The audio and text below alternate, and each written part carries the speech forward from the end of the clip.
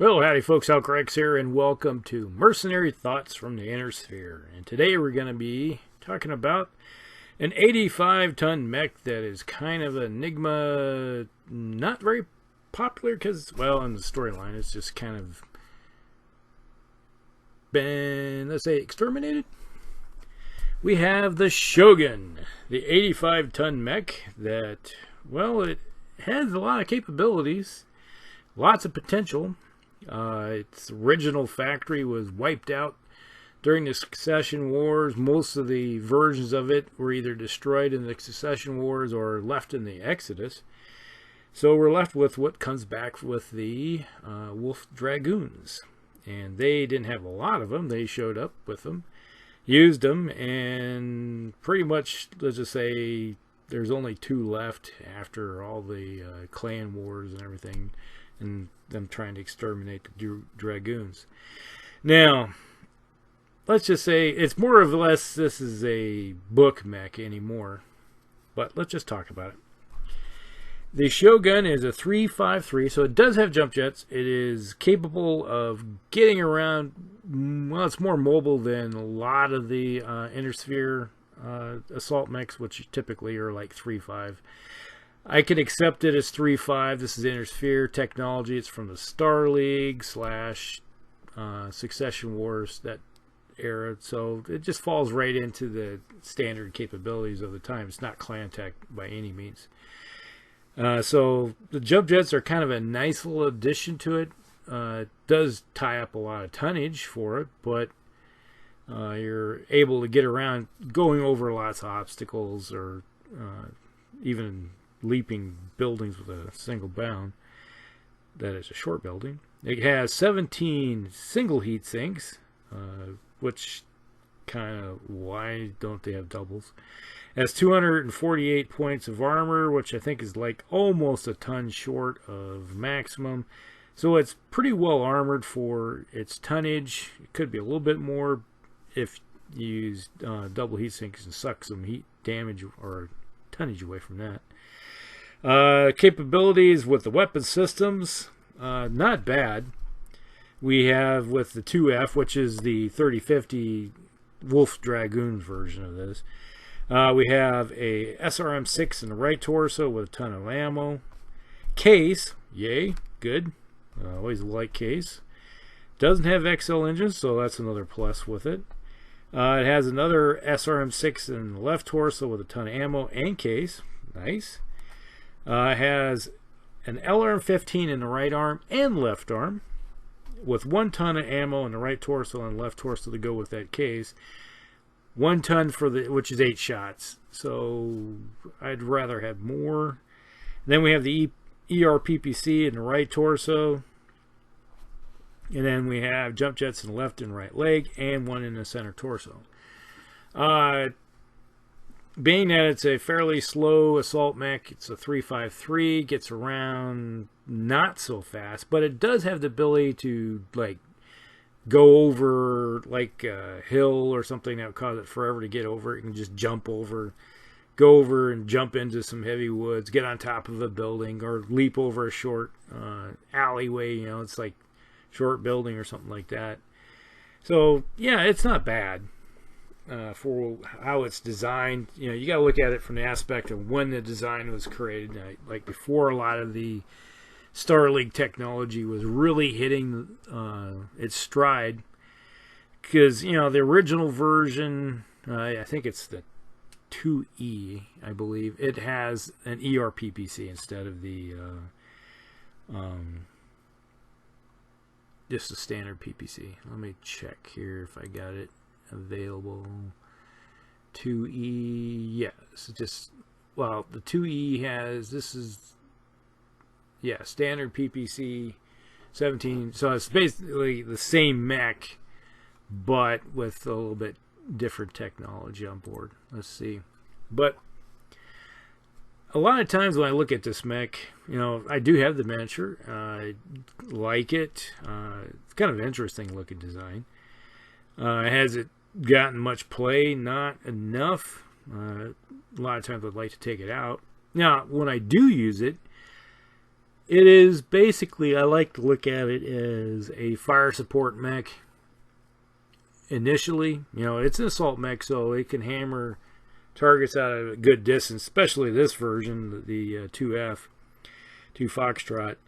It has, you know, with that PPC and the 2 LRMs, it can sit out at range, and say you have a static target or something, it can pound that thing or buildings or something of that nature pretty hard until the ammo bays are dry, and then you're stuck with the PPC, and then marching in and using the SRM6s.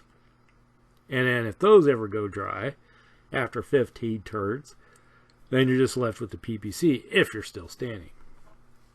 So a lot of times, when I have used this one, it is just, I like to sit back, find your targets, use up the ammo bays with the LRM-15s, and use that PPC. But without double heat sinks, there is a problem because you can't do it every single turn. You know, you're talking some heat problems with this thing, because if you're firing a PPC, especially if an ER PPC, you only got 17 single heat sinks on this thing, so that thing's pumping out 15 by itself. So you can fire either the ER PPC or the LRM-15. So there's not all of them all together. It just doesn't work. It's one of those designs. If, let's say, in a alternate universe where, you know, this thing is prolific on the battlefield and you get your hands on one, but you can't because, you know, there's only a handful of them to begin with, and the Wolf Dragoons are not going to give it up without a fight. So you have a Shogun, and I would look at it, it's like, okay, take those 17s and just make them doubles. You got plenty of crit space left on board.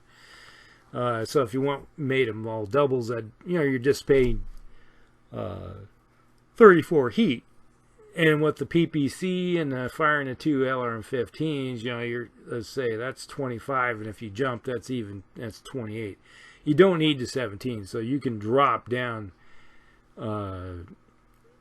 let's say, to 14 heat sinks, doubles, and then turn around and use that 3 tons for either adding 2 more tons of ammo with the LRM-15s, and then you have 1 ton left over you can throw into that, fill out the last bit of armor on board, or give it a medium laser for, you know, a little bit of extra in-close defense when it gets in the knife fighting or kicking range. So yeah, we're kind of moved into the what if type thing. What would I do with it to change it? You know, that basically I look at this thing as a fire support mech, and I want to give it more ammo for those LRM-15s, and if you give it double heat sinks, and knock down some of those doubles, you don't need them all, and you leave it with that ER PPC, you know, you can sit there and fire away practically all day, and, you know, with 2 tons of ammo for each launcher, you know, you're looking at 16 shots. That's a long time, and typically in any Battletech Universe game, where you can just hammer away. And if you're shooting at some slower targets, let's say other assault mechs or heavy mechs that are inner sphere design that are moving slow, you know, your typical 3-5 mover or 4-6 mover that doesn't have a lot of modifiers, this thing, if you park it someplace with a minder or something that's, you know, bodyguard, and you're just hammer away, you know, a lot of times you park it in behind or in top of some good terrain, let's say some heavy woods. You don't have to move. You just sit there and fire direct fire or indirect fire. And there you go. Now, if you get this thing a little closer, obviously we have the 2 SRM6s, which, you know, are pumping out 4 heat each. And so you're looking at, let's say you got the standard 2F version with your 17 heat sinks, and if you have to, say, walk, that leaves you 16, that leaves you 8 left over. You can fire the 2 LRM-15s at a distant target and still be left with, you know, it's going up in heat scale. You can do that a couple turns up close, find yourself a close target, and then look for a long target, for the LRMs if you still got ammo for them.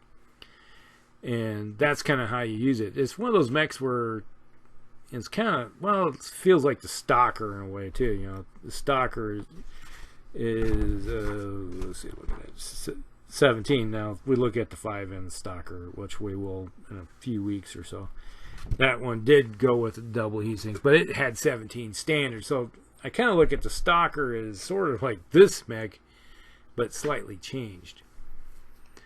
And it has, they're using up a lot of tonnage that come with those jump jets. If you dropped off the jump jets to 0, you're looking at a few extra tons to play with there. It's 3, but the difference of adding those 3 to your PPC, and then that gets what's equivalent of your 2 large lasers, like equivalent on the Stalker. So basically, you're looking at, this is the Stalker, but slightly different. So a little different approach at it. So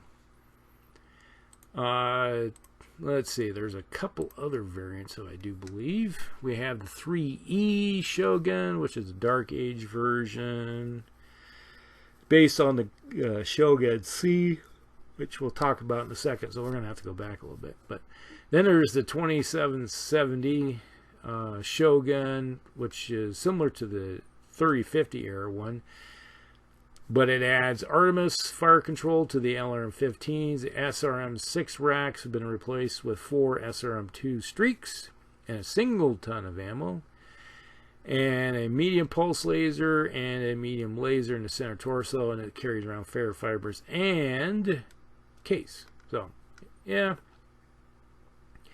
that's a little bit different version. It's like doing some upgrades with the weapon systems to make it a little more efficient in some ways. So okay, now we have the Shogun C, which is one based on clan tech. So imagine taking the standard Shogun. Let's see if I can pull it up here. I think I got it. Where did I do with it? There it is. It has 2 LRM-20s with Artemis on board. It has 2 or 4 SRM-6 streaks. It has 16 double heat sinks and an ERPPC. And let's see what else. It has ferrofibrous armor, but only has 232 points armor. So it's got a little bit less armor, but it goes with double heat sinks. And upgraded the weapons a little bit. So this one has 4 tons of ammo on board for the LRM-20s, and then it has 2 tons of ammo for the SRM-6 streak. Interesting. That thing is kind of a nasty mech, and when you think about it, with all that high technology on board, and you put a good pilot that's probably from the Black Widow company on board one of these things, that thing is going to tear up anybody that gets close to it. And okay, yeah, the 3E, which is Shogun and Dark Age era for the Clan Sea Fox, uses intersphere technology in case 2. So basically, that one very similar, but not as proficient. Now there's the Shogun 2C, which is the clans developed by Clan Sea Fox. Uses the ferrolaminar armor and weaponry, same as the C. So it's kind of the same thing. Then after, then there's the Widowmaker company. After Outreach was nuked, basically, by Word of Blake. All hail Word of Blake. Wobbs. They had 2 different versions of it. They replaced the LRMs with LBX-5 autocannons. A PPC is swapped out for a snub-nosed PPC. So, yeah, it's not a very, like I said, very prolific mech. I've seen it played or used like maybe twice at Gen Con. when we had a Clan Wolf and Wolf Dragoons working together. I think it was one of the scenarios where on that one side and we were playing Word of Blake on the other side. We were playing Word of Blake, and we just obliterated everybody that was facing us. You know, they were supposed to take us out in, you know, the game, the scenario. That was the word, but we ended up winning for against all odds. We just getting lots of headshots and lucky shots throughout the game. Everybody was, and just totally obliterated everybody that was coming at us.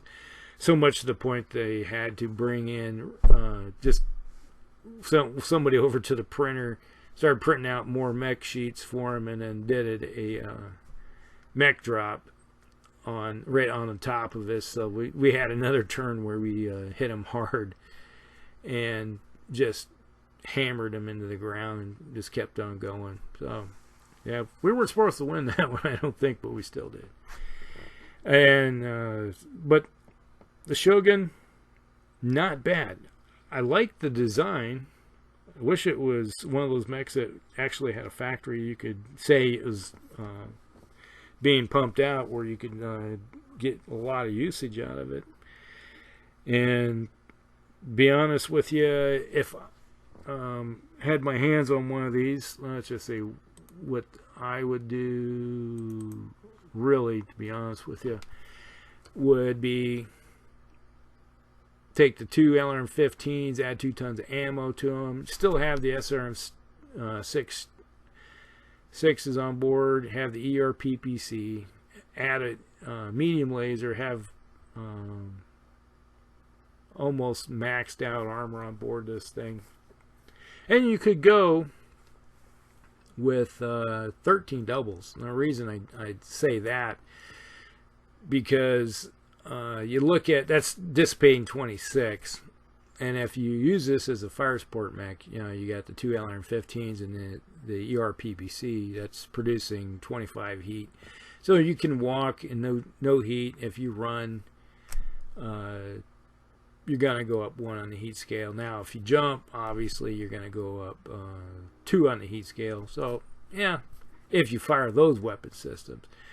And if you get in close, you can always drop off 1 of the weapon systems. So, let's say you still got the PPC and the 2 SRM-6s. That's 8, so 23. Fire the medium laser, that's 26. And then if you run, it's 28. So you go up 2. If you walk, you go up 1. So kind of a more efficient version if you, in an alternate universe, if that was something you had a whole bunch of them. So unfortunately, there's not a lot. So, you know, there's not a lot to be said about the Shogun other than that. I wish there were more of them, just to be blunt. So we'll leave it at that. So like and subscribe, everybody. Share with all your friends. If you have any uses for the Shogun, go ahead and put her down below. I know that we always have some good analysis of each version that's going to be coming up here soon. So we have our usual group of individuals that like to put information down. So go ahead. We'll all talk with you later. Elk Rex out.